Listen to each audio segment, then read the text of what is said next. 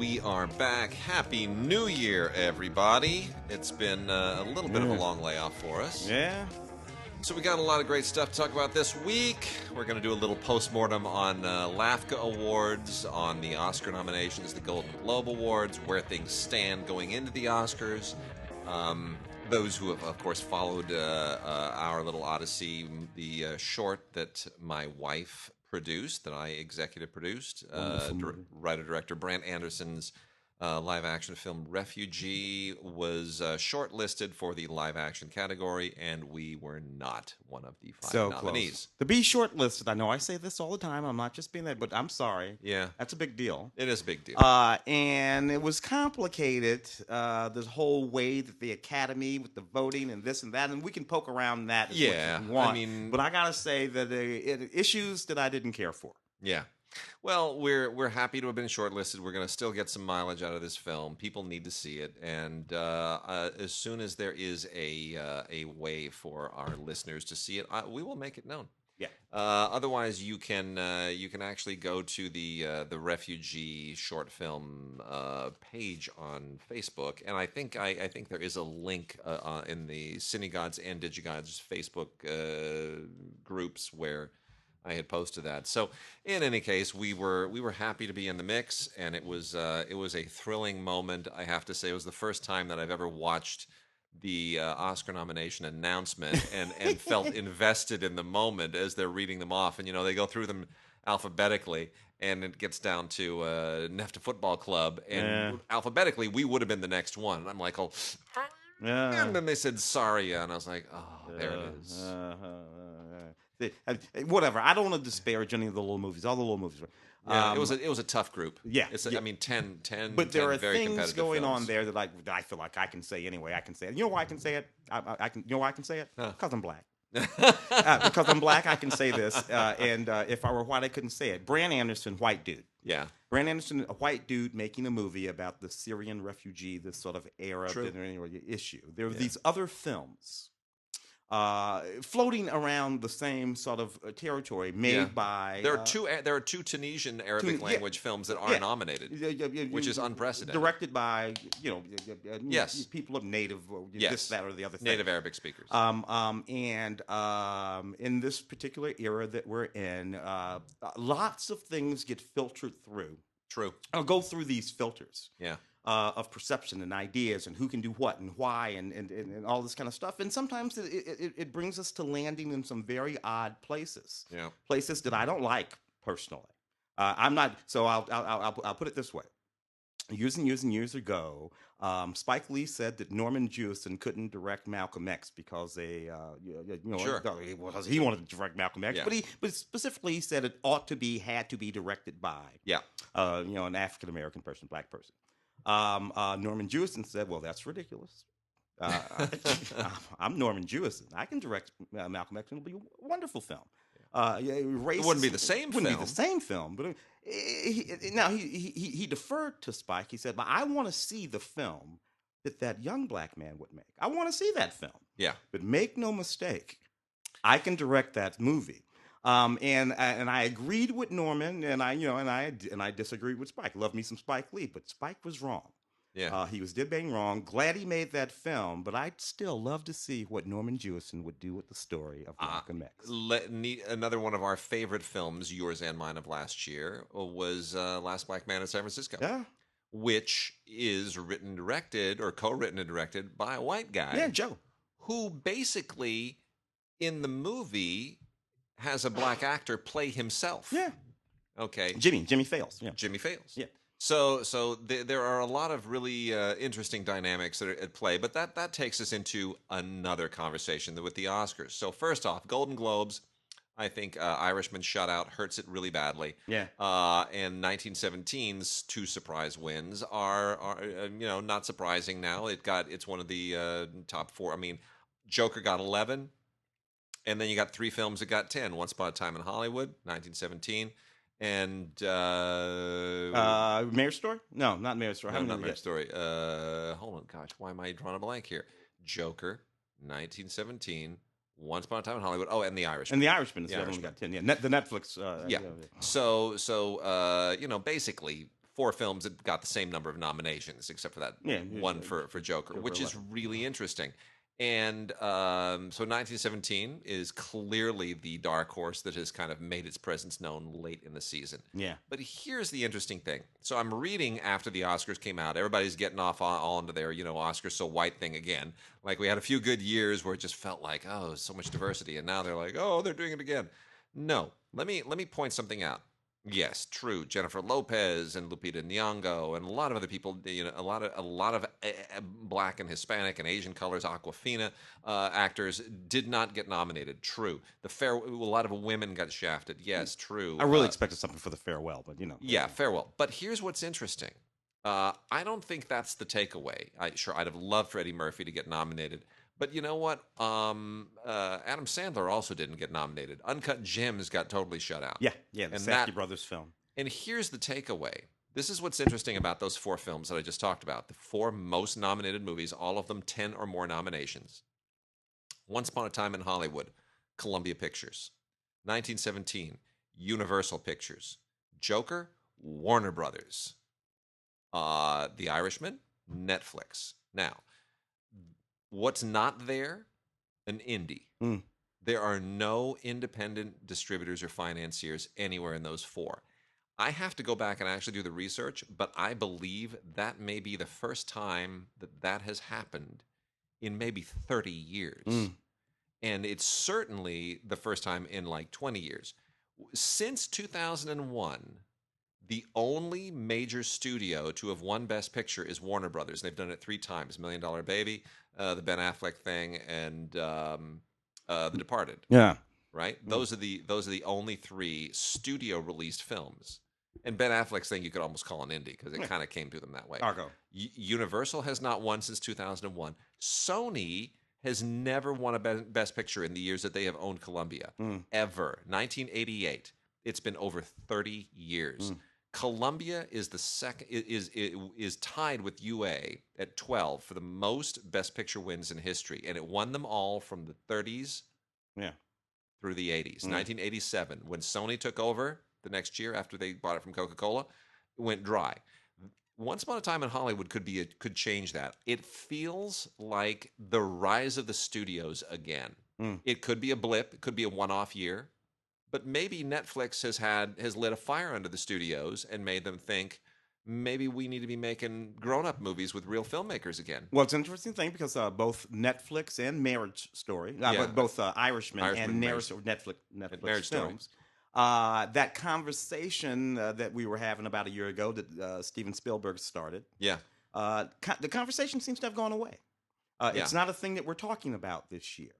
So I think that Netflix won that battle. Except they're not going to win. Irishman's not going to win. Going to win the award. So the question is, will they win the award? Yeah. Look, in our organization, The Irishman didn't really get all that much love. No. It's not a film that I'm particularly big on.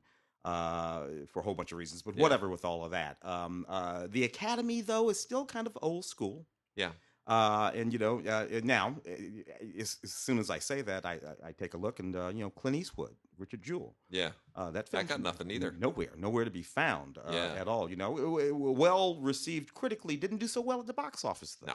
No. Although we don't know how well The Irishman has actually done because, they won't tell us. No. So for all we know, those movies made the exact same amount of money. I'm hopeful that we may be seeing a little turn back towards studios deciding they want to be competitive in the Oscar race again. That they're not going to, because it was around about the mid '90s, when Disney said, "Okay, Miramax will handle our award stuff," and Fox said, "We'll let Fox Searchlight handle our award stuff," and Sony said, "We're going to let Sony Classics handle our award stuff." And everybody had their little indie divisions. And then in 2005 and 2006, a little more than 10 years later, they were like, "Yeah, this isn't worth it. It's not moving the needle on stock price," and they cut them all loose. Yeah. Paramount Classics turned into Paramount Advantage, and it all went south.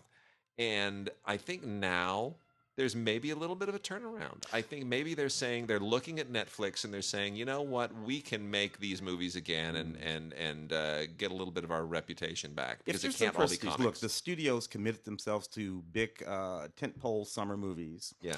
For a good little while now. Yeah. And for a while, the attention was turned to making those movies Oscar-nominatable movies. They did. Yeah. Black Panther. Yeah. You got in there. I'm a little surprised. 10 slots this year. Endgame did not get in there. Yeah. Now, I know it's complicated. You have to reach thresholds and whatever to even get that empty slot. Yeah. But I can think of 3 or 4 movies, at least a couple of them big, Endgame, that might have gotten into that slot. But I can think of a couple of small ones too. Last Black Man in San Francisco. Yeah. Again, thresholds. But it's an indie. But it's an indie. Yeah. And the indies didn't fare well this year. The fact that it's empty. Ford versus Ferrari is a Best Picture nominee. That's a studio film too. That's a studio film too. But that empty slot bugs me a little bit. Yeah. Because the machinations of the math not withstanding the Farewell. And if you do if you put the Farewell in that slot. Yeah, and if the director of the Farewell, Lulu, last name I can't Lulu remember. Wang. Thank you. Yeah. Now you have 2 films directed by significant women, Greta Gerwig, Little Women, and now that whole conversation changes a little bit about both race and the race conversation. Look, Bong Joon-ho. Sometimes it bugs me a little bit that we pretend like that's not a man of color. He's Korean. He's a person of color. He's doing well. Nominated twice. Best Picture, Best International Film. Best Director. Nominated for Best Director. That's a person of color showing up. The other thing that I will say about women. Look, I get it. Greta didn't get nominated as Best Director for Little Women. Yeah, but let's make no mistake. There are lots and lots of women who may take that Academy Award stage. If any one of those Best Pictures win, the second producer, a stage-taking producer on every one of those big-ass films is a woman. And that has been overlooked. Yeah. It is, and I will say this too, the Oscars can only honor the films that get made. And when in the directors category as well, I know they keep saying this, not enough women. Well, look, directors nominate directors, and the directors branch is historically male because men are the ones who have historically directed most of the movies. So they're the market from which the Academy has drawn that branch. If you want more women to get into the director's branch, more women need to be hired by studios to direct movies. And that's a change in mentality at the studio level. You need to convince them that, and they're doing it now with the superhero movies, but they need to understand women don't just, everybody gets pigeonholed. Oh, yeah. Women's films. We have a woman's film. Let's get a woman to direct it. Wonder Woman needs to be. Well, wait a minute. Maybe when Iron Man is directed by a woman, now we're talking. Yeah, exactly. Great. Black Panther is directed by a black director. Young black man, but when Superman is directed by a black director, now we've broken out of this mindset, this compartmentalization mindset. When Superman is directed by a Somalian woman, yeah, then we're going to be all right in this town. Yeah. Because, for whatever. Yeah, so that's the thing that we have to sort of start letting that go. By the way, if Quentin wins Best Director, as I think he will, that will be the first time that a native-born American, has won that award in over a decade. Really? Isn't that amazing? Yeah, I would not have known that. Crazy, right? I would not have known that. So anyway, I think these films, a lot of interesting films. I think it's more diverse. In all of these categories than we're giving it credit for, and both in terms of gender and race. Yeah. Sometimes we only look at those sort of marquee spots. Best director. Let me tell you something. If I'm a woman and I'm a second producer on The Irishman or A Marriage Story or Parasite, and go look them up. I promise you, if any one of those pictures, any one of the 9, win Best Picture, a woman is going to be taking that stage. That's it. As a producer. Yep. And that's a hell of a thing. That's a hell of a thing. It is. So, interesting year for the Academy Awards, even if the film I worked on did not get nominated. But let's get into the new releases. And as it happens, Joker is out. This is recently out on 4K Ultra HD. And I've gone on about this multiple times. The Joker and Dolomite Is My Name are basically the same movie, flip sides. Yes, one of them is based on a true story. The other one's a comic character. But They're both period. Joker in the 1980s, Dolomite in the 1970s, pre-social media about failed stand-up comics who are trying to find their place in the world. Both are protective of women. Both have mother figures. Both have problematic histories with their fathers. On and on and on and on. And there are all kinds of parallels between the two. The difference being that Joker loses faith in society and becomes a villain, and Rudy Ray Moore will not lose faith in himself, and he becomes a star. And I just think the two films are such a fascinating sociological study in contrast. And I love them both. I think I love Dolomite more, but nonetheless, Joker, very interesting. 11 Academy Award nominations. Yeah. It's quite a thing. I have I have a very odd sort of relationship with Joker. Look at that film. I can see, this is good filmmaking. I'm surprised. Todd Phillips, Hangover guy. I know. Not a particular big fan of any of that stuff. But he's bringing to bear some sort of interesting stuff. Here's the problem with that movie for me. The filmmakers. And I don't ascribe this to Joaquin Phoenix because it's not a thing that he can do. Yeah. But the rest of the filmmakers, the writers, the directors, they don't seem to know that character is a bad guy.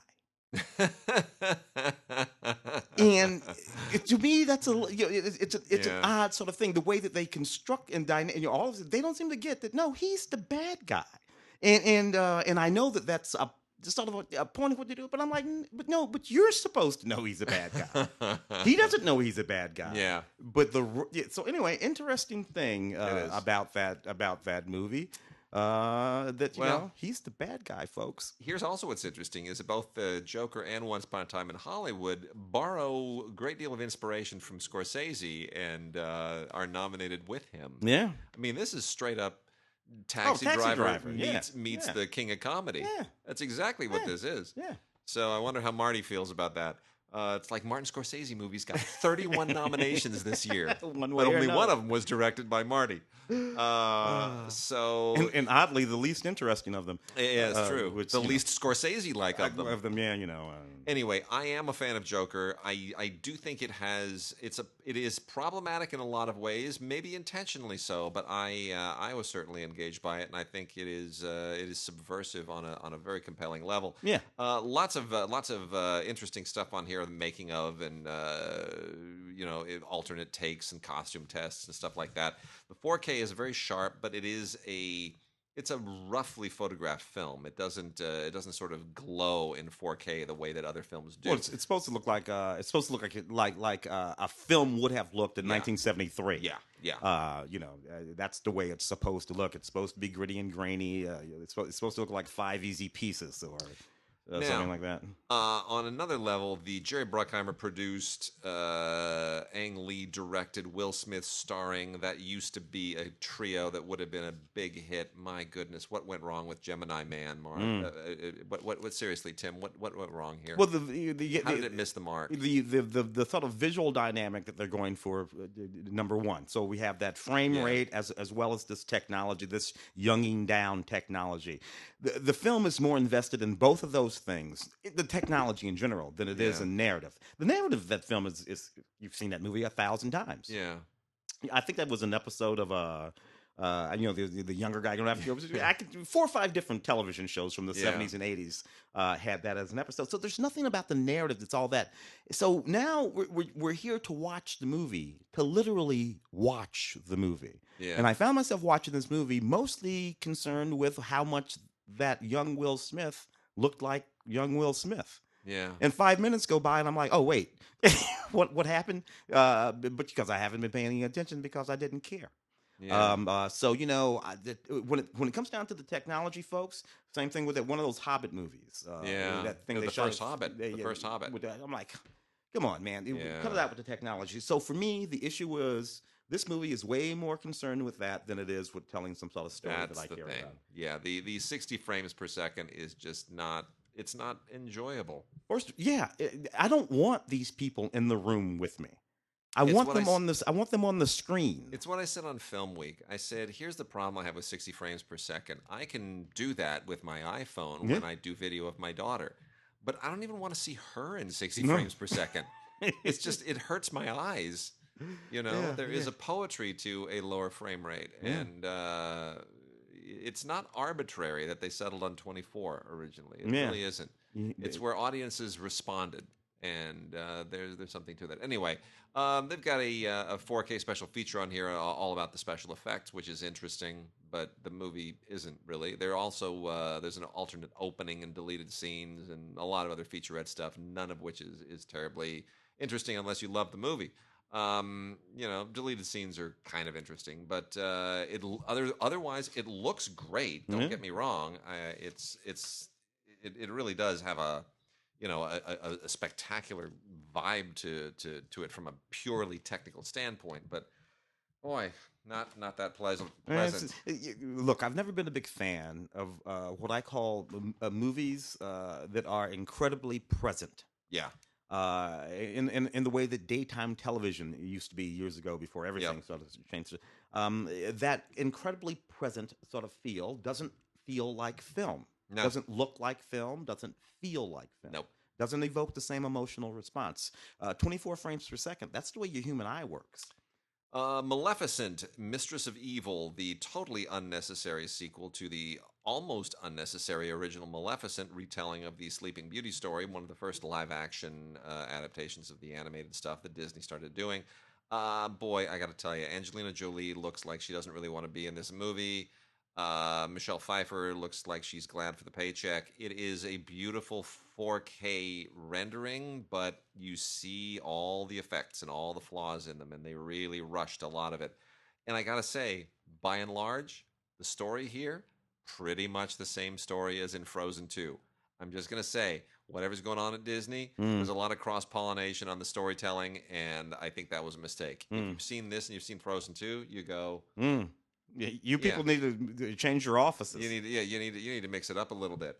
Right. So anyway, it also, I don't like how it sort of reinvents the characters it tries to redeem Maleficent in a way that I don't think makes a lot of sense. My daughter hasn't seen this yet. She saw the original Maleficent, didn't care for it a whole lot, and she loves Sleeping Beauty, which she just watched again for about the 18th time last night. So I don't know. There's not going to be another Maleficent. I'll tell you that right now. They squeeze every last bit of joy out of that one. That's enough of that, sir. Tim, The Lighthouse, also another indie that didn't get any Oscar love. Yeah, and a lot of people, like that movie. Robert Pattinson, Willem Dafoe, sort of two-man show. Yeah, it's not a movie that I cared for. No, I didn't either. So, but a lot of people, among Black the and indies, were engaged in it. And I was corrected too by Christy Lemire when we were on the radio together, because I said, yeah, it's Academy ratio, 1:3. She says, oh no, it isn't. It's like 1:18, like 1.18 ratio. I said, really? She said, yeah. They went back to a ratio that is like a silent era aspect ratio, just to be whatever. It's what Robert Eggers does. Yeah. So yeah, it's a bit of the same thing that he did with The Witch. He and his brother, they go back, they get all this archival material, all this archival writing. They base their dialogue on on what had been written at the time, so it really has a very authentic feel. And yeah, look, it's an old guy and a young guy who are stuck in a lighthouse in the like the 1880s. 1890s, and they progressively lose their minds and go crazy, which is, Repulsion. It's Catherine Deneuve in Polanski's Repulsion, except two guys in a lighthouse. Yeah. Okay, fair enough. I get it. But make a bigger movie next time. Robert Eggers is a talented guy. He can do bigger movies. So you've made 2 lengthy student films now with just a handful of people and some really great sound design, amazing sound design, but take it up a notch, dude. Stop making it in little tiny. Let's go. Now somebody is certainly going to write you a check for a $25 million movie. Make one. Got to have a narrative. Got to have a story. That movie's not really about anything. It's not. It's just 2 guys going nuts, and he gets to kind of do some cool visuals. And as long as we're on the subject of Joker, I thought it was really interesting that a couple of people decided, hey, let's take advantage of the fact that Joker's coming out this week with that clowny face on the cover of Joker. Yeah. And maybe we can piggyback on that with our clown movies. I am showing you Tim. gotta love film marketing people. You do. So I'm showing Tim the first one, which is from Doppelganger Releasing. It basically does cult movies. It is Gags the Clown. The joke is on us. This is from Doppelganger and Bloody Disgusting. And it's these are movies about clowns that are not nice clowns. This is just a low budget thing about a clown terrorist, and it's riding a little bit on it as much, a tiny bit. Which oddly enough, It Chapter 2 didn't get any Oscar love either. But it's just it's not. There's not much going on here. It's just trying to exploit something that's very easily exploitable. Has some commentaries with the filmmakers and behind the scenes stuff, storyboards and visual effects, and if you're into low budget kind of the stuff that Doppelganger and Bloody Disgusting do, Gags the Clown on Blu-ray might be your cup of tea. On the other hand, this DVD from Magnet called Wrinkles the Clown is terrific. Yeah. So if you don't know about Wrinkles the Clown, and boy, that is one scary looking. That's a scary clown face. Way scarier than Joker. So much scarier. So here's the deal. This is Michael Beach Nichols is the documentarian who made this. This is a documentary about a very particular phenomenon and this is a real thing, and it still goes on. Wrinkles the Clown is a for-hire clown, a terrifying for-hire clown, who parents hire him to scare the living daylights out of their children as punishment. This is a real thing. Yeah. This is a real thing. Yeah. They will call him up, and he will hide in a toy chest, or he'll hide in the closet. It's a whole setup, right? Mm-hmm. They set this whole thing up so that whenever and wherever he appears, it makes their children pee themselves. They are just absolutely horrified, and this is vicious. It is vicious. It's sadistic. It's child abuse. It should be illegal, but no, it isn't. So this is what a lot of these parents do. They're like, Billy doesn't make his bed, so I'm going to punish him, and I'm going to hire Wrinkles for $500 a pop to come out of the closet at 3 a.m. and go boo. Yeah. And then Billy will wet himself for the very last time, and he'll never forget to make his bed again. Yeah, 20 years from now, when Billy's eating people in Detroit. We'll revisit this theory. But here's the thing. What's interesting about this doc is you think, and then they get to who the guy is. The guy who plays the guy. The guy who plays the guy, but who insists on not being photographed. And thereafter, you're like, well, that's an interesting twist. He's being really anonymous. And then there's another twist at the end. It is a documentary with 2 really insane twists about an unbelievably bizarre guy and subject. Wow. Anyway, it is really compelling. It is a really good documentary, and maybe one of the best docs I saw last year, but it was never going to be in any awards mix. It's too far out there, but it's really worth checking out. And kudos to Michael Beach Nichols for going down the rabbit hole of this totally bizarre subject. It is a worthwhile thing to watch. Man, no one's going to be able to do regular clowns again after this and It and Joker. It's over. The whole clown thing it's finished. Yeah. It's finished. All right, shall we do the LGBT stuff? Start some LGBT. Yeah. Very good, very, very good. Copa 1981 is a lovely film that I thoroughly enjoyed. Danin Lacerda is the Brazilian director who directed this Portuguese language film. It's really, really sweet. It's about these folks who go to this sort of club, sort of gay sauna. And they get involved and not just sex, but these relationships that are just absolutely fascinating, very, very funny. Including this one guy who has his girlfriend that he's very, very happy with, but he sort of confides in some of the gay guys about some of the ideas and thoughts. It's very funny film. Thoroughly enjoyed it. Papa Chulo. Papa Chulo was a film that I reviewed actually on the show, I guess few months ago now. Really enjoyed this film, Matt Balmer film.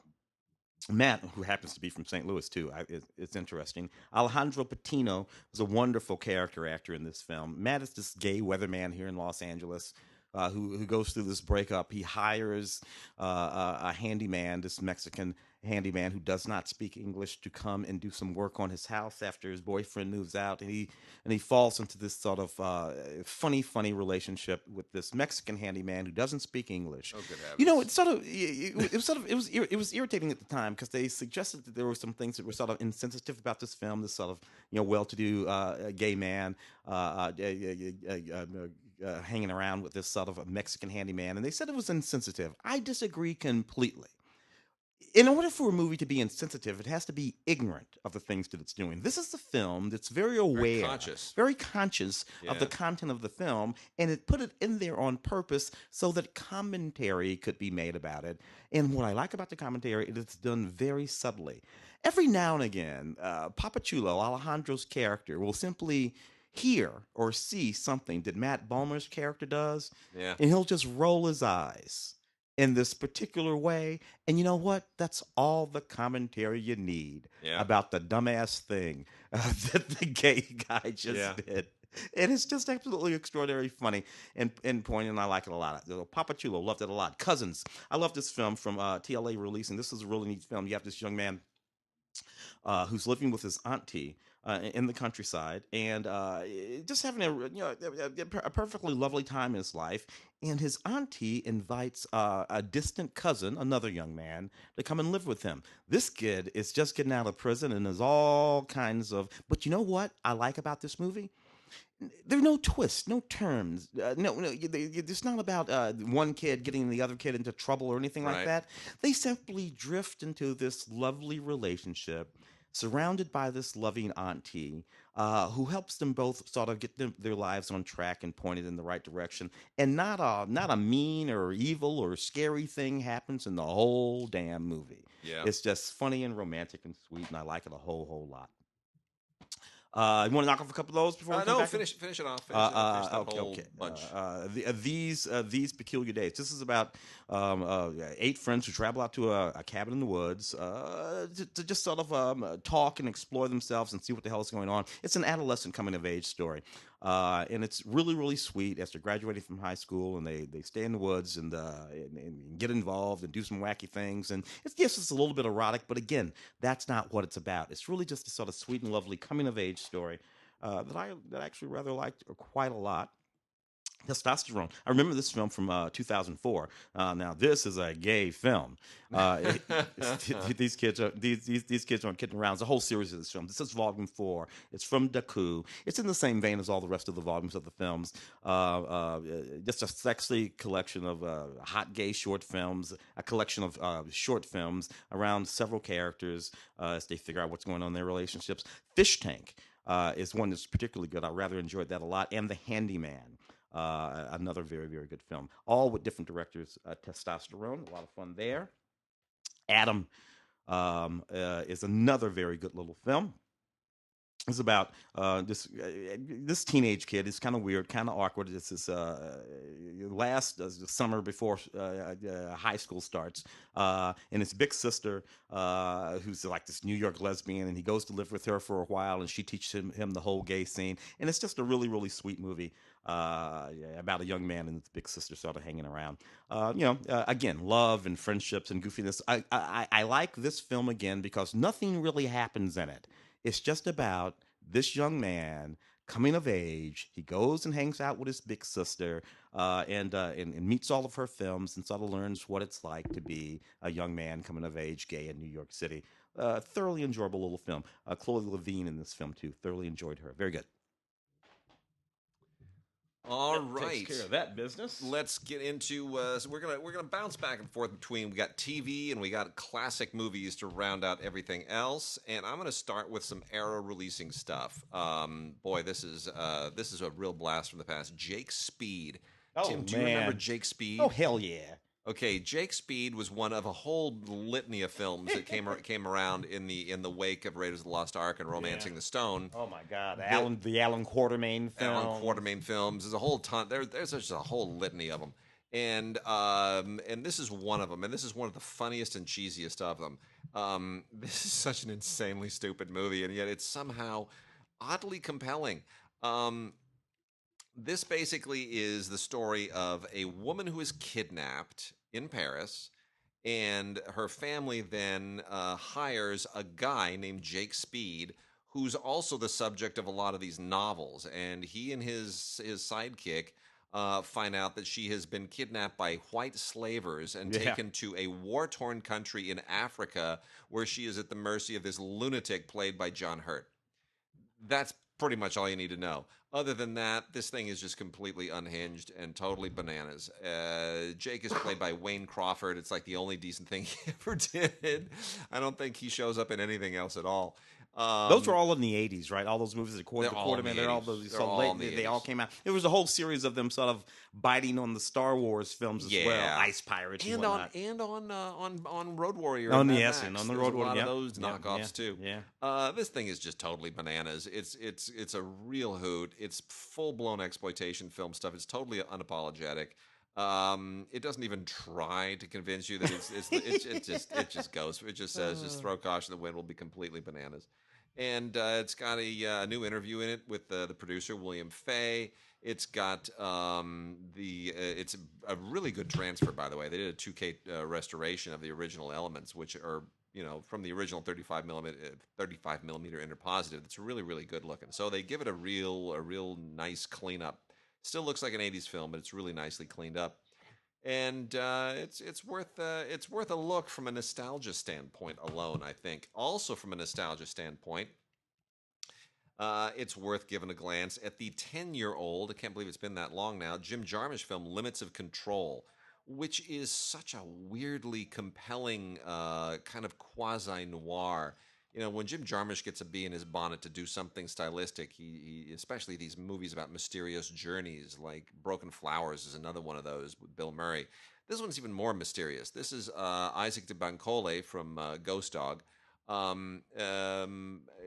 Shows up in Spain, and he's looking for something, and he's kind of on this weirdly third man like journey around to talk to strange people and figure something out. And it's very noir-y, very third man, very Jarmusch, obviously in its tone. Beautifully shot by Christopher Doyle, who of course was most famous for all of his Wong Kar-wai collaborations.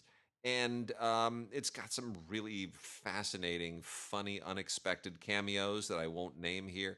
And I don't know that it goes anywhere necessarily satisfying, but the journey is so interesting, and it's so uniquely and weirdly Jim Jarmusch. And Isaac de Bancole is such a wonderful actor. He's just so subdued and has such a cool vibe to him. So it's worth checking out. There's an archival documentary here called Behind Jim Jarmusch, which I think is almost as important as the film itself.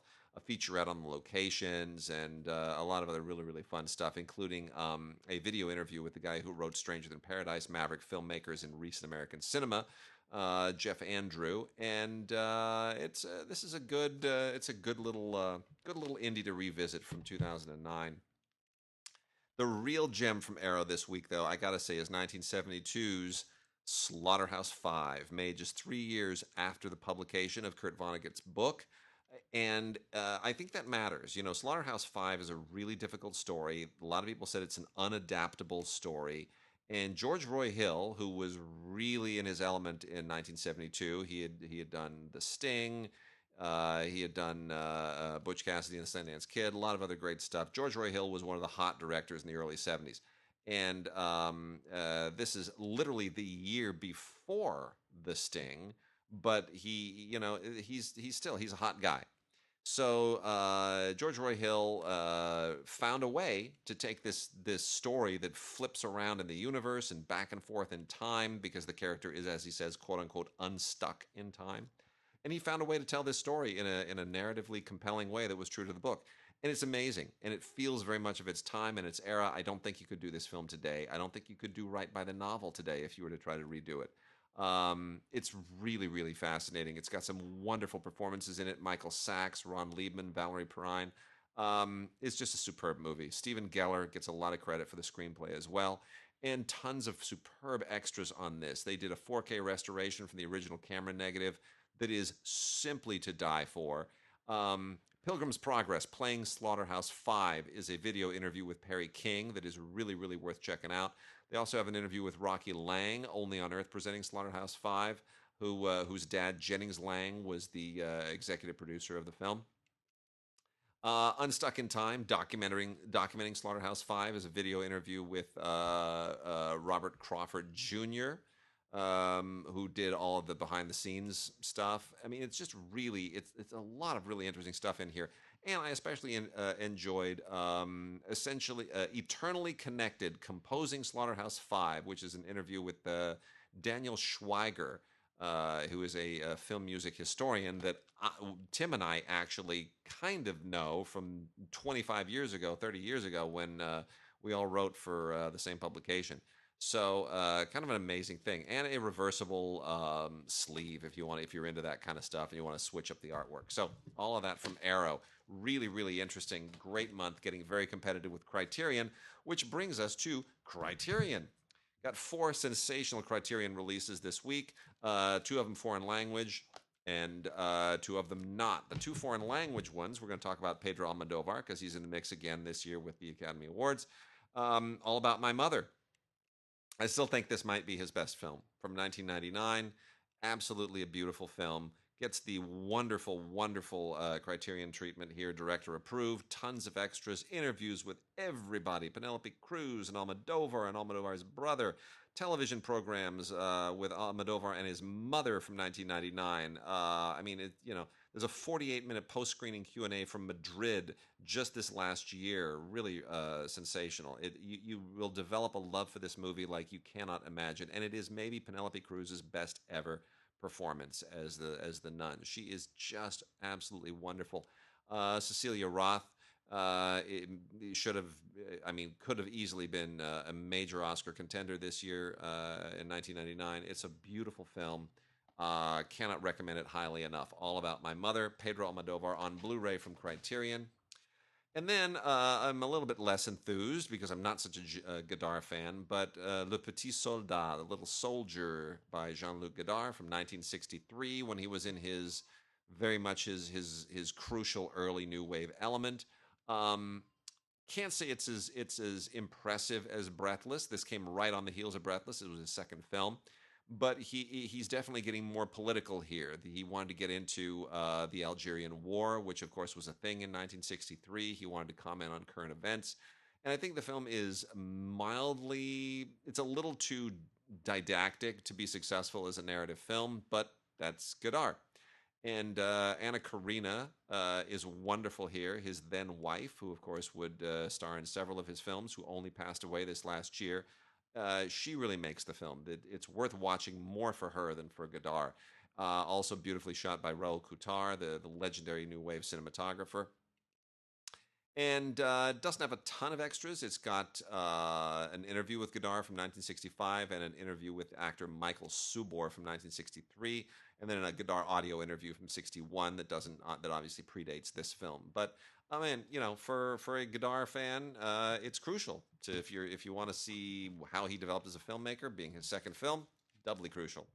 The other 2 Criterions, both English language. One is Failsafe by Sidney Lumet, made in 1964, totally overshadowed by Dr. Strangelove, made the same year. Basically the same subject matter. One's funny, one isn't. And I remember in my comedy class at UCLA, there was a double feature meant to show us how you take the same material and this is what makes something funny versus something making it serious. And that was the lesson. We saw Failsafe and Dr. Strangelove back to back, and what an education it was. There are scenes in the 2 films that almost exactly mirror each other. It's really fascinating. And then nobody was copying anybody. There's no plagiarism going on. It's simply that this is what was in the air at the time. It's the Cold War, the height of the Cold War. Fear of communism is unprecedented. And Stanley Kubrick saw it as an absurdist moment, and he took his film into an absurdist direction. And Sidney Lumet, who of course came from the world of live television drama, wanted to in 12 Angry Men, he did the same thing with Failsafe. He took it into a really, really intense place. And both films are excellent. Failsafe gets unfairly overshadowed, and it shouldn't be. It is a really, really superb film. And this will hopefully restore its reputation, since we now have Criterion releases of both Failsafe and Dr. Strangelove.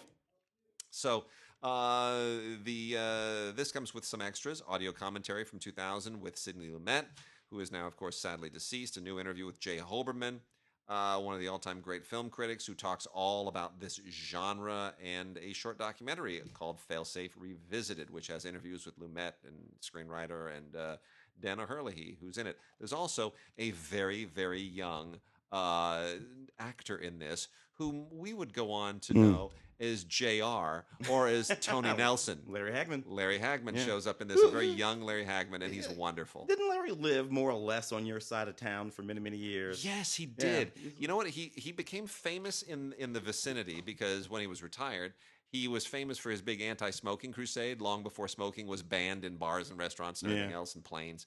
And Larry would carry around a little portable battery-powered fan. And if anyone around him was smoking, he would do this. He'd pull it out and go and blow their smoke back at them. It was hysterical. This is Larry Hagman. Yeah. Larry Hagman. And then the last Criterion here from George Cukor. I was having a conversation with somebody the other day who said, Hollywood doesn't make enough women's pictures. I said, no. That's not what you're saying. You're saying Hollywood doesn't greenlight enough movies directed by women, many of which we would call women's pictures. But pretty much George Cukor was a gay man, not out and out at the time. Everyone in Hollywood knew, nobody else did. But George Cukor was a gay man who made his entire career on women's pictures, basically, even including My Fair Lady, for which he finally won his long overdue Oscar. But Holiday with Katharine Hepburn and Cary Grant is a classic and one of his very best from 1938. An absolutely wonderful, legendary, timeless movie. One of the all-time great romantic comedies. Really, it's just superb. It's based on a play from 1928. But don't even worry, it doesn't feel like a play. It's just two of the greatest stars in the history of Hollywood being directed by one of the all-time greatest directors and having a blast with it. Absolutely having a wonderful time. Screenplay was co-written by Sidney Buckman and Donald Ogden Stewart, also two legendary screenwriters.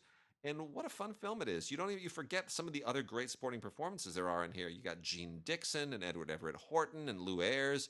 These are no slouches either, but everybody understands they're there so that Katharine Hepburn and Cary Grant can just chew the scenery and do their thing. And what a fun movie this is. You can watch it over and over and over. It's kind of a When Harry Met Sally thing a little bit. I mean, it has that it's sort of the template that all those kinds of films are based on. Meet cute, hate each other, learn to love each other, right? We with it. But anyway, all the particulars are really fun. It's a great movie. Holiday from the Criterion Collection, 1938 on Blu-ray. Gotta have it. Everyone has to own this. A little bit of TV? Do some TV. All right. Veep, final season. Look, and the complete series too, and the complete series too. Down here, I see the box. For Veep, which I don't know. You tell me. What do you think? HBO series, the final season. I feel like this show started. It won awards, and it's the thing. It's awfully hard. She's the only one who came out of Seinfeld, and was able to make a go of it again. Everybody else kind of just either retired. Jerry Seinfeld does his, driving around in cars and coffee thing. Michael Richards hasn't done much. Jason Alexander, did the road tour for stepping in for Nathan Lane on the producers for a bit. But nobody reinvented themselves after Seinfeld in an award-winning, successful way. And she did. It's a very odd thing. Look, I watched the show. The box season is 1 through 7. With hours of sort of bonus features and all that kind of stuff there, and then of course the final season here. This was a series that I more appreciated than liked. Yeah, this is where I come down. I probably agree with that. I got it. We were sort of making fun and all these sort of things. And if you're a political person like me, you can kind of see the folks that they're playing, that she's playing, and all the stuff's going on there. And it's okay, but I for me, it was not a thing that was sustainable. She had a series called the New Adventures of Old Christine. Yeah, right before this, didn't last very long. Maybe one season, few episodes. Yeah, far and away funnier to me. But what are you gonna do? I never really watched that. Yeah, that one. I gotta go down. Gotta go dig that out. That just cracked me up completely and totally. Season 3 of The Handmaid's Tale Margaret adaptation of the Margaret Atwood. Look, again, when this appeared on Hulu, I think it was 1990 that original film. Robert Duvall, Faye Yep. Dunaway, Yeah. Volker. What's his name? Who directed Volker something or other. Yeah. Volker Schlondorf. Thank you. Directed that film. Yeah, I don't know. Whatever. Not this completely reconceived that, and I was deeply engaged in it. Certainly for the first season. The second. By the time we get to the third season, which this is, I'm sorry. I'm out. Yeah. This is a relentlessly brutal show Yeah. that does not. It just simply will not take its foot off the pedal of making me feel miserable. The whole Gilead thing. Anyway, Golden Globe winning, Emmy Award winning. Special features include a featurette called "Power Play: The Gilead's Women Fight Back." Yeah. So again, I appreciate it, but I had to give up on The Handmaid's Tale. It made me too depressed, man. The second complete season of this interesting French series about a small town where people who had passed away years before start coming back. Yep. And what does it mean? And what is going on? It's actually sort of an interesting series that was adapted for American television a couple of seasons ago. Didn't do quite as well in the adaptation. Nevertheless, this is interesting. English subtitles for the returned. Game of Thrones, the complete eighth season. I wonder if people who were not happy with the way Game of Thrones worked itself out, because a number of people are not happy with the way Game of Thrones worked itself out. I was not a big Game of Thrones fan, by the way, so therefore I didn't have nearly as much vested in the finale. So when I watched the finale, I just sort of appreciated it in a broad and general sort of way. Watched Game of Thrones sporadically over the course of its multi-year run, but just wasn't invested in it. So it didn't really bug me the way it ended. But people who seem to be deeply vested in this series hate it. A lot of them. Yeah. The way it sort of wrapped itself up. I'm going to catch up with all of this at some point. My exposure to it has been intermittent as needed, but I'll give it a go. Yeah, I'll give it a go. Yeah, anyway, here we have the complete eighth season. All kinds of bonus features on this stuff. Deleted scenes, behind the scenes featurettes. I suppose that even if you didn't like the way it sort of worked itself out, it might be interesting to pick that up, just to be a sort of completionist and be able to hang it. Big Little Lies. The complete second season, which I thoroughly enjoyed, by the way. Meryl Streep came in and did some fantastic work on Big Little Lies in the second season. And I got to tell you, I was a little surprised. I didn't really think that there was anything else to do in this series after the first season. But they figured out a path for it, which I appreciate in the second season. Bonus features include a conversation with the cast in a small featurette called The Lies Revealed. This is a really good show, and I'm really so glad that Reese and Nicole and all of these ladies, because executive producers on the show, really doing something interesting. Yep. Same thing happening with that new show over on, I think, Apple TV with Jennifer Aniston and all this kind of stuff. They're executive producers of these shows. They own these shows. Again, putting a lie to the notion that there is nothing for women to do in this town. Yep. It's just not true at all. Yep. I got to tell you, I'm a fan of the Orville. It's one of the few things for which I'm really a fan that Seth does. Family Guy and all that. It's all fine. But this sort of knockoff of Star Trek, the sort of Star Trek series put through the filter of it cracks me up. I can't help it. It just cracks me up. Let me just say, I give a lot of that wouldn't exist if not for Quark, which was a short-lived series created by the late Buck Henry, who just died last week. Yes.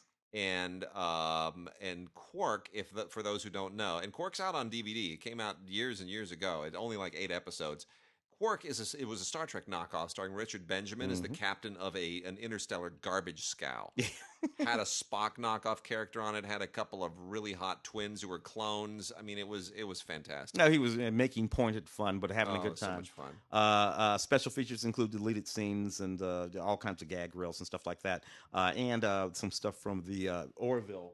Oh, let me just kill my phone real quick. while they Yeah. were down at Comic-Con this past season. So a lot of fun there. And so appropriate then, Star Trek Discovery Season 2. Nice. I watched Season 1. See, this is that CBS All Access series. Yeah. Interesting because it's coming out, I think, in the next day or week or Yeah. so. They're going to have that Picard series. I know. So sort of coming along. You'll get mixed reviews of all of this kind of stuff. I watched that first season. Some of it was sort of interesting to me, the way they wrapped in the story of Pike. Yeah. And we meet young Spock, young man Yeah. Spock. We meet child Spock and a young man Spock. She's supposed to be his sister, Yeah. right, in this series. Yeah.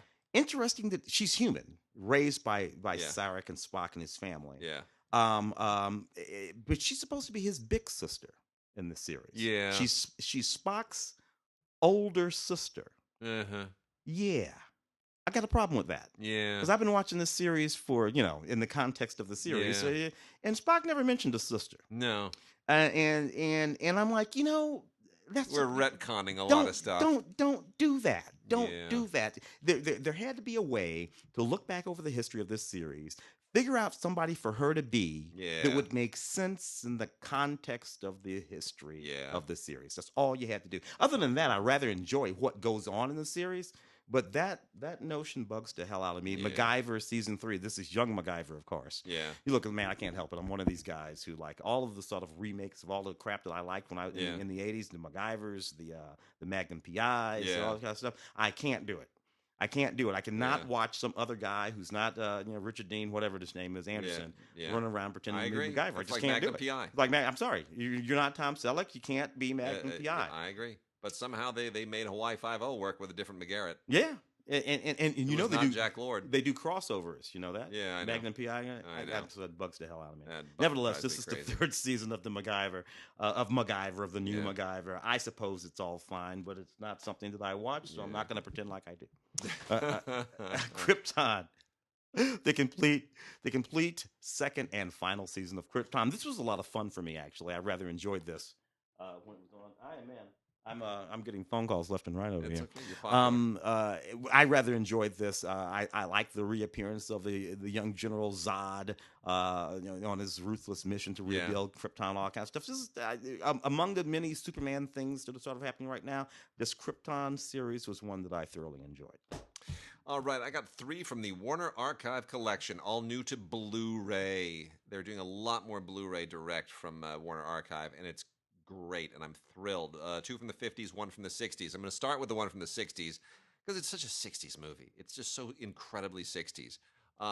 This was made in 1965, directed by Michael Anderson, who was famous basically for a minute because he directed the first big widescreen Oscar winner, Around the World in 80 Days. Not a good movie, but anyway, he directed it, and that was that sort of put him on the map coming out of the UK. Made a lot of other relevant movies, The Queller Memorandum, Pope Joan in 1972. Chase a Crooked Shadow in 1958. He made a few All the Fine Young Cannibals in 1960. But Operation Crossbow was one that really kind of stuck for a lot of people. Produced by Carlo Ponti, then the husband of Sophia Loren, who of course the same year produced Dr. Zhivago. Yeah. And that's why this got a little overshadowed. But really, Operation Crossbow is a pretty terrific World War II adventure action thing. It's somewhat based in fact. You can decide how much of it is.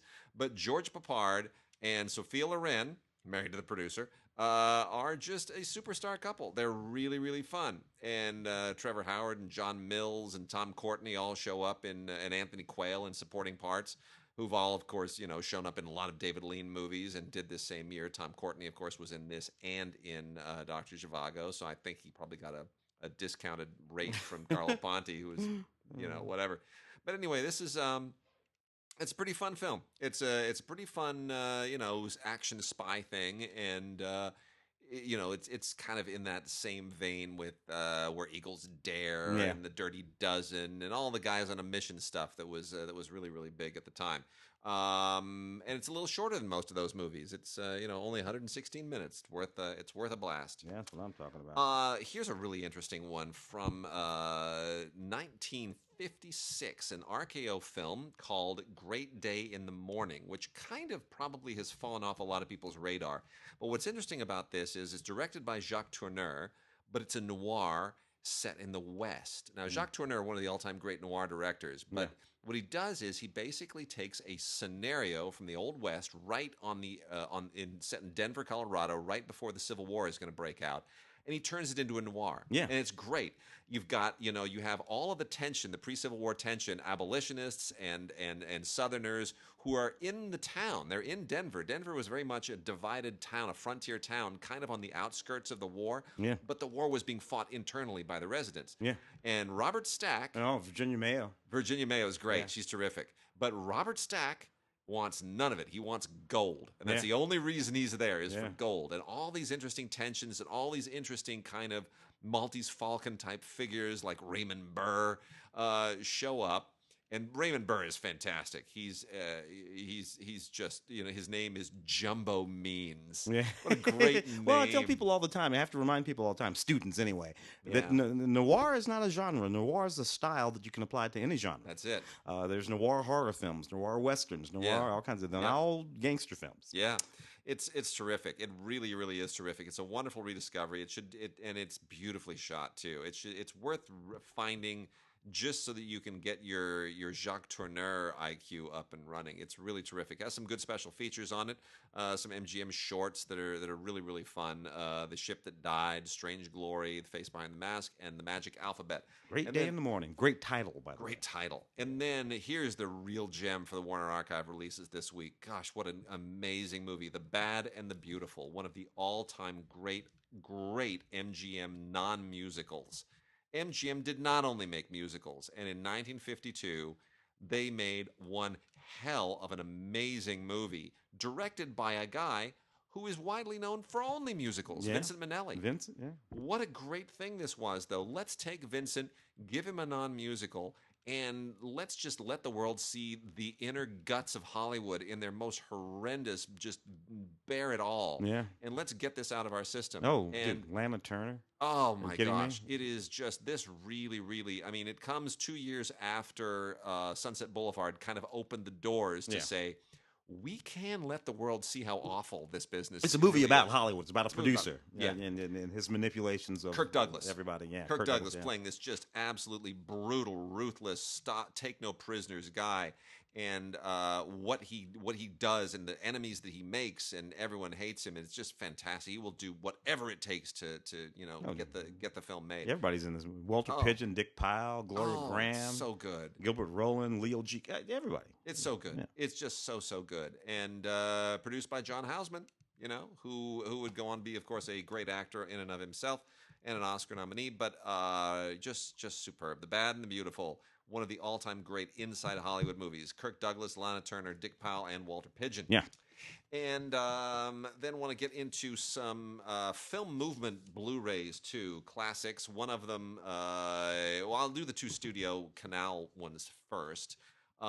These are both really, really interesting film movement classics. Releases probably fell off somebody's radar a long time ago, but they are classic Ealing Studio comedies. Passport to Pimlico by Henry Cornelius, and The Titfield Thunderbolt by Charles Crichton, who, of course, made a comeback with Fish Called Wanda many years later. These are both in the Studio Canal library now, and they have been re-released by Film Movement under the Film Movement Classics line. They are wonderful and hilarious, and the Ealing comedies are just incomparable. Really incomparable. The Passport to Pimlico was made in 1949. Has a fantastic pre-My Fair Lady performance by Stanley Holloway that is just going to leave you in absolute and total stitches. Hermione Baddeley, Margaret Rutherford.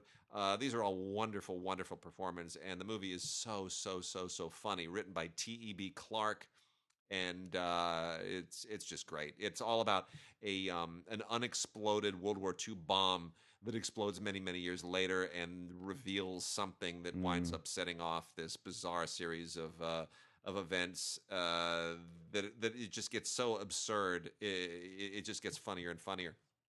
The Titfield Thunderbolt, Charles Crichton film. That is from 1953 and also written by T.E.B. Clarke, who was kind of their all-time great screenwriter.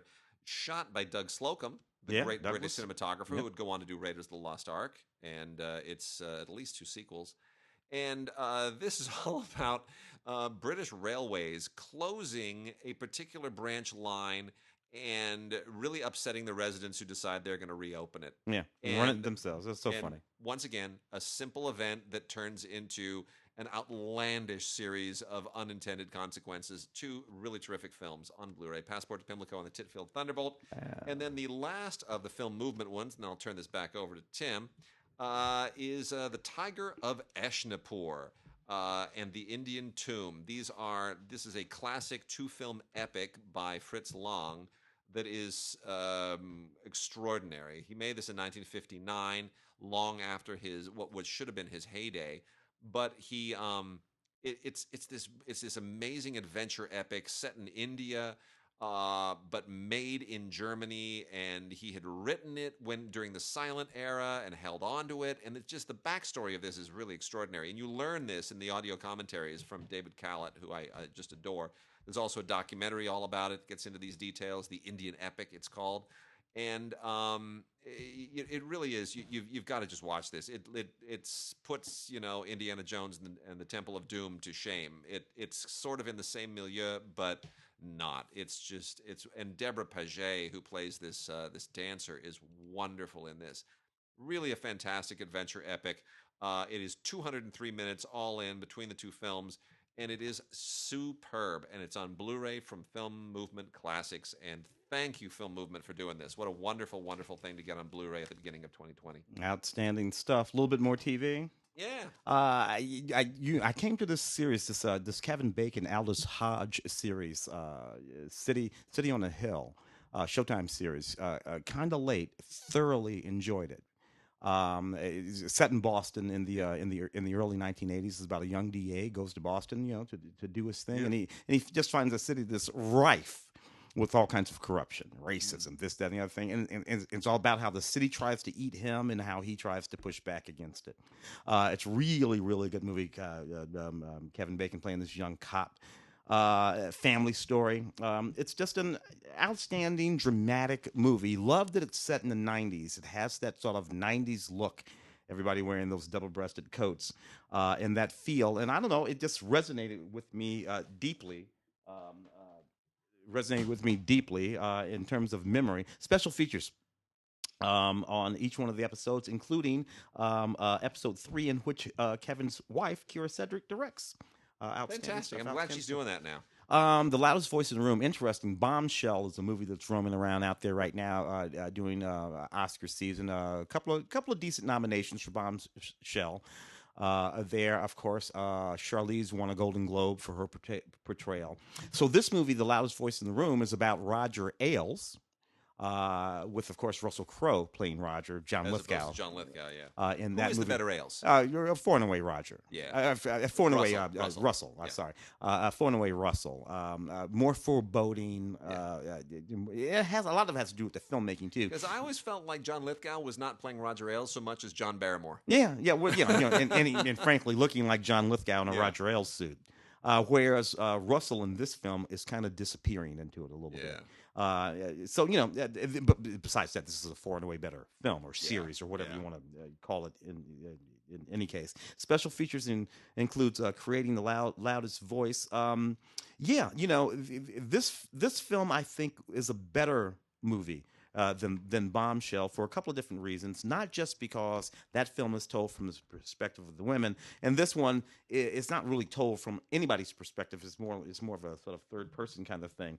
So it hovers above it a bit, but I think it gives us a crisper and sharper understanding of what was going on there. Family Guy season 17. This has uncensored episodes, deleted scenes, all kinds of stuff. If you're a fan of the Family Guy, you want to get a hold of this 20 episode disc. It's a 3-disc set. Deleted scenes, featurettes, all kinds of great stuff. And again, uncensored and uncut for those of you that like your Family Guy raw. Mr. Rogers' Neighborhood. This is a wonderful episode of Mr. Rogers' Neighborhood. Mr. Rogers and Making Mistakes. Of course, Tom Hanks nominated Beautiful Day in the Neighborhood. The film, he did okay. The film, okay as well. Wonderful. This particular episode of Mr. Rogers Making Mistakes. It's the one where Mr. Rogers explains that everybody makes mistakes. And it's okay to make mistakes. You don't have to be ashamed or embarrassed. And you should always take chances. And it's okay if you make a mistake, because then you'll know not to do that again. I think I need to watch that again. Yes. I didn't learn the lesson the first time. It's one of those wonderful things. Mr. Rogers' Neighborhood, Mr. Rogers and Making Mistakes. Wonderful. We got some Shout Factory releases here, some Shout Select line stuff. It's really worth mentioning. We got volumes 95 and 97 from the Shout collect. Well, 96 I think we talked about previously. Anyway, Candy with Heath Ledger and Abby Cornish and Jeffrey Rush is out. That is volume 95. This movie fell off of everybody's radar pretty quickly. This is from 2006.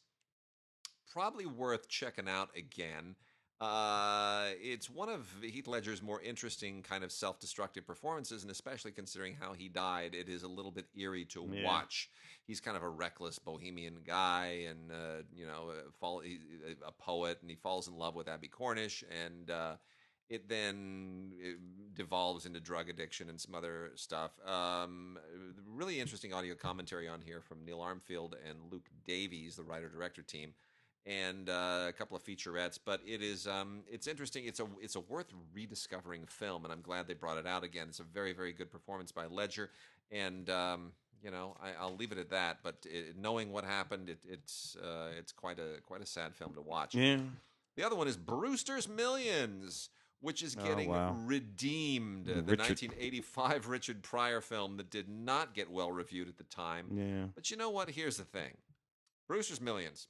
There's a book that was turned into a play, that was turned into a movie in the silent era twice in 1914, 1921, turned into screwball comedies in the early sound era twice, 1935, 1945, was done on television, like 5 foreign language adaptations were done in various countries.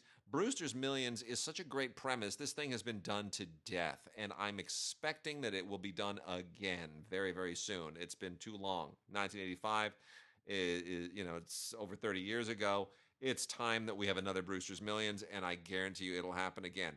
But this one was designed specifically as a vehicle for Richard Pryor, who at the time was kind of running out of stuff to do. In 1985, he wasn't doing the Gene Wilder stuff anymore. And the Superman thing hadn't really panned out, and so it was like, well, we need a vehicle, so let's resurrect Brewster's Millions, and Pryor can really nail it, and let's stick John Candy in there as a sidekick because he's funny too, and we'll get something out of it.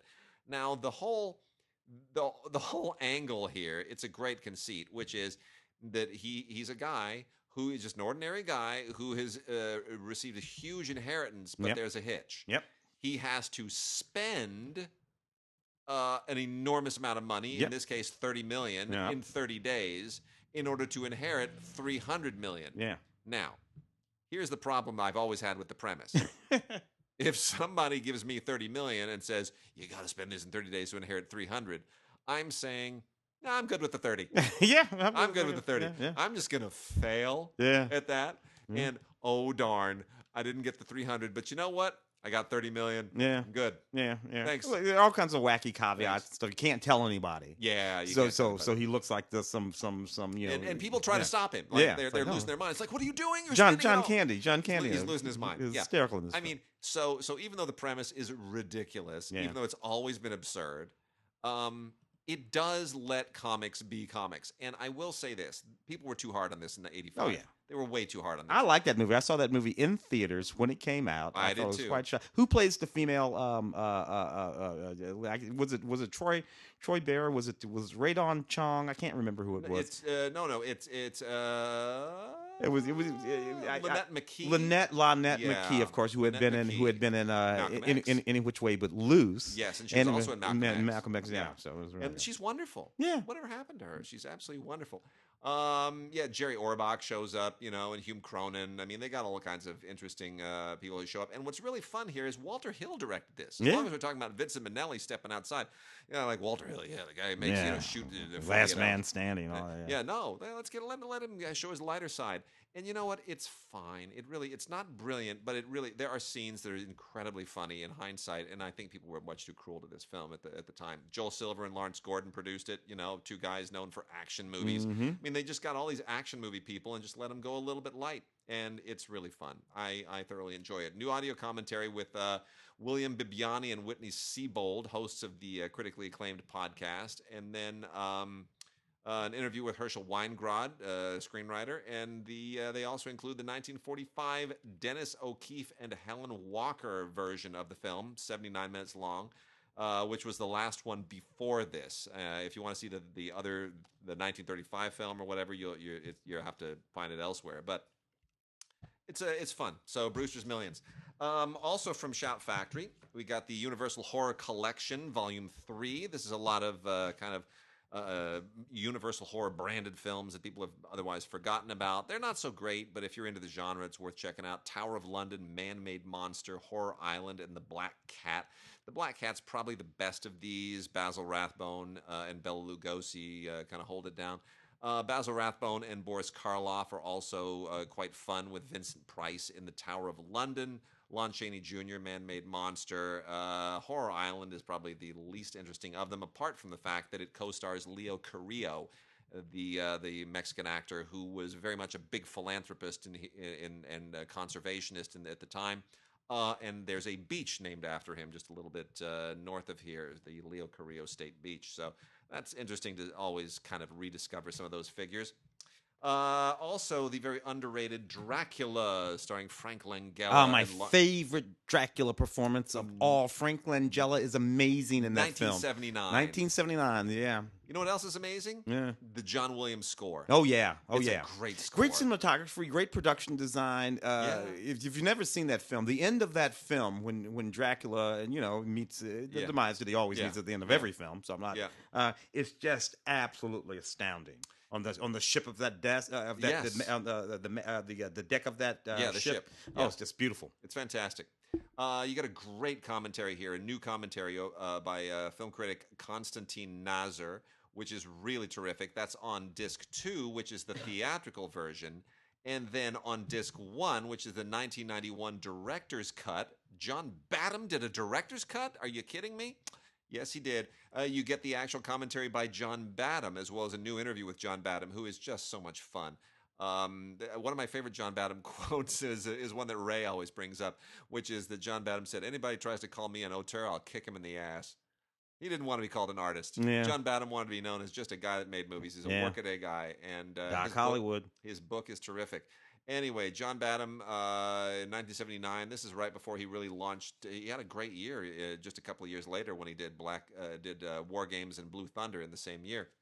But Dracula, came right on the heels of Saturday Night Fever. He was showing he could do a lot of stuff. It's got a wonderful score by John Williams, produced by Walter Mirisch, and executive produced by Marvin Mirisch. And Walter Mirisch, of the Mirisch brothers, who of course did tons of great movies, including all the Pink Panther movies in the 1960s. I should point out Walter Mirisch is still alive. Yeah. He is like 97, 96, 97, 98, something like that. I think he's 98, might even be 98. He is still around. He still puts on a tie and a coat every day and goes to his office on the Universal lot every day. As he has for like the last 60 years, he's still developing projects, still looking to remake stuff. It's quite amazing. As it happens, Brandt, the writer-director of our short, was on the Universal lot some years ago and got into an elevator with this old guy and just started having a conversation. And it was right at the end of that conversation, he discovered, I'm talking to Walter Mirisch. Are you kidding me? There he was, going to work in the tower. It was fantastic. So anyway, Dracula, Frank Langella and Laurence Olivier and Donald Pleasance. Just a superb film. Really, really great. Written, we should point out, by W.D. Richter, who would go on to do Buckaroo Banzai. Yeah, Buckaroo Banzai. All right. Yeah. Let's go for it. Fantastic. A little bit of TV. Yeah. So seasons 11 and 12 of Ancient Aliens. To both of these volumes 1 and volumes 2 from the History Channel. Look, if you know the Ancient Aliens series, you know that all of them are constantly shedding new light on the theory that extraterrestrials not only visited humans on Earth in the distant past, but are hanging around now. That's what these are all about, and they always have been. And yeah, let's do one more, and then we'll call it quits. This 3 DVD collector's set of Deadline, When Reporters Ruled and Were Heroes. I love this 39 episode complete series because of what it is. First of all, most of the stuff was lost. You haven't seen this on any of the the stations that run all the repeats of episodes or anything like that. You haven't seen this because this was lost for a very, very long time. What I love about this series, particularly now, is that at the center of each one of these episodes is a newspaper person, a reporter. Using shoe leather to figure out what the hell is going on. And they're the heroes of the series in the same way that cops were the heroes of other series. I cannot think of an equivalent. What was that series in the 80s with Lou Grant? I think it was called Lou Grant. Oh, it was Lou Grant. Yeah, for sure. Lou Grant. That was the sort of intrepid, crusading reporter types. This entire series is about that. And as we live in a world today, fake news and all this kind of stuff, the sort of notion that standing between us very often and politicians and criminals and all kinds of stuff are reporters. It's just a wonderful notion. The series ran from 1959, 1961. It really is great. 39 episodes. Some actors in this series that will blow your mind. The actors that came through this series, so you'll enjoy it completely. All kinds of bonus features on it as well. So if you're a fan of journalism and reporters and reporting, watch Deadline, When Reporters Were Heroes. 39 episodes, the whole complete series. Fantastic. All right, folks, that's it. We will be back next week, and we'll have a terrific week. Start doing your Oscar prognostication. That's what this time of year is all about. We only got a few weeks. It's the earliest Oscar season in history. Yeah. See you next week.